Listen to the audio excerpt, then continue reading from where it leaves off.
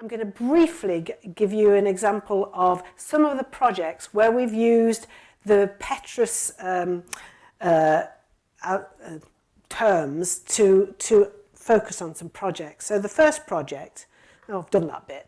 So we've done that complexity bit. The next bit, so Nick Taylor et al. At Newcastle, looking at privacy in IoT and the reappearing of the technology. So what they were concerned with, and you can go outside and see it, lots of little bits of technology, looking at how we can use metaphors, and I'm sure Nick will correct me if I'm saying this wrong, but looking at metaphors and design patterns so that designers can understand whether they're designing for transparency or the opposite, and whether they need that or not. And Mike and I were just talking about this, could this sort of technology be used by the police, So the outcomes of that project have been, they've worked with end users and industry to understand the anxieties of hidden activities in these devices and demonstrate how we can use design patterns to create more trusted projects. And they've created a number of prototypes. And I encourage you to go outside and look at those.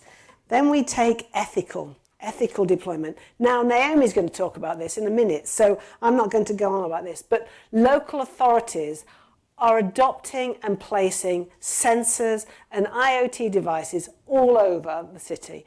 I have to say, a lot of local authorities often haven't got many resources, they haven't got the capacity to understand the implications of one set of sensors, the connections between them, what they can do with them. And so actually the PPT project used speculative design to work with local, and it's continuing to use it, to work with local authorities to investigate people's responses to the technology that's surrounding us in the city, and look at the ethical implications. And Naomi did this first with Lancaster, and they have a new policy in Lancaster County Council. They developed an online kit for other local authorities, and are using that with, I think it was it Bridlington you went to last? Bridlington were really fascinated. So and Leeds too. We've done Leeds, and so and developing a trainer kit for local authorities to do it themselves, because researchers can't carry on doing it forever unless they spin out as a company and constantly go around.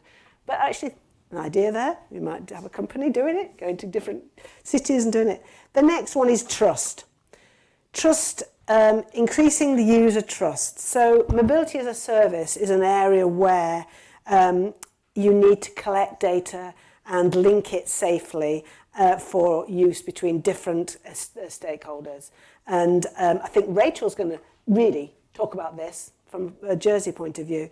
But the MASS project developed a data governance framework by design for trustworthy and compliant UK data protection laws. And so they were looking at this whole issue of connected data and how you can access it, how you can use it, how it can become trustworthy. Reliability. I have to say, sometimes I use the R as risk, resilience and reliability, but in this case it's reliability. So this project is really, this issue is really about the reliability of that data. So many local authorities use data handling, but is it reliable? Where is the AI coming from? What is the decision-making process on it? And can it be relied upon? A big issue, the more devices we have, the more data collected, the reliability of that is going to be important for whether people actually trust it and use it. And the next one, acceptable AI. I've used this example. It's not necessarily a city example, but this project, the ICE AI project, was done with the BBC and looked at journalism, AI in journalism, and the legal, ethical, and professional implications of using AI in a newsroom. But in principle, it's the same for local authorities. It's how acceptable is that that data that's coming in, where do the biases come from, what sort of algorithms are used, what sorts of value judgments are in that system. So this project is an example of, and it's, again, there's a stand outside, so please go and have a talk to the researchers who are doing it. And finally, security. In a city, we're looking increasingly for contactless, frictionless payments. And I would say that Chris Speed is interested in this because he's interested in the whole area of finance. But, you know, the frictionless, you know, just swiping your arm against something to get through a gate or go into a, well, you don't need any banks anymore, but let's, but the frictionless is also potential issue for security.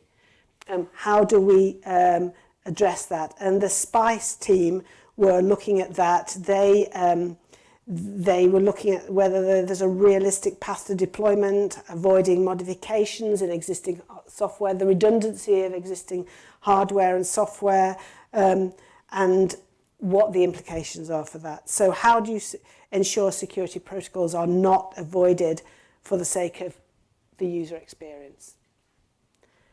And finally, that's it. Did you want to say something? They're upstairs as well. Spice. Right, SPICE upstairs as well. So all the things I've talked about actually are upstairs, so if you want to actually go and talk to them.